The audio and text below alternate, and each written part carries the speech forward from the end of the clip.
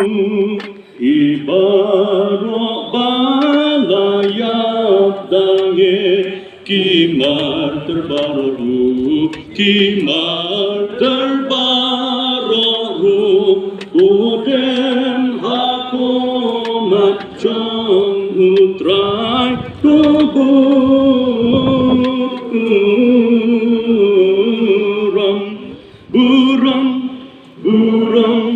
buram to buram yau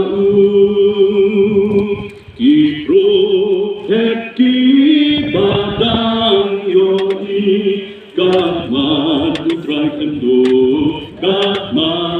utrai kendo totem duitara bone bambu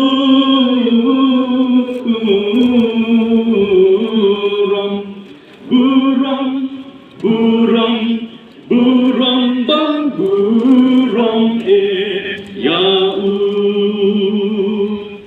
That's why I'm playing. She can be in my before. Get a boundary as she holds summer. He will share the government town and property. Get a one study that you're saying that somewhere. Let my little story why let the government go. Why is it wrong? I'm not allowed to get in the pride to be long to play. Other don't get to me. Get a Paginawan son, another genius. Paginawan son, he was fly, that is he in a that's why I'm playing in the town. I have a belief of a heart of a question. I have a belief of a rati. Yet a one dies at sea and a Kalkana. I'm on the kitchen man. I'll play it at Wiley. Karpan yellow young region man. Was government family of war. Get here the Chamel and my young in the final scene. Then I come up and tell Allah you. Rest at the chicken, and rati. Yagavan one run to the farm to the museum. Nagavan fight and the spinach of it. Why you are not playing in a police from the flare? Yawuna clear cat and a farm museum, but the age about Uncle and the Shoka Shendur, and cut the force playing the Shabbat. Roy up for the floor of the now. That was the guy the kingdom that you need way. Jim of playing the one. That the heart is in another moon. Other certain chief to not why. Amen.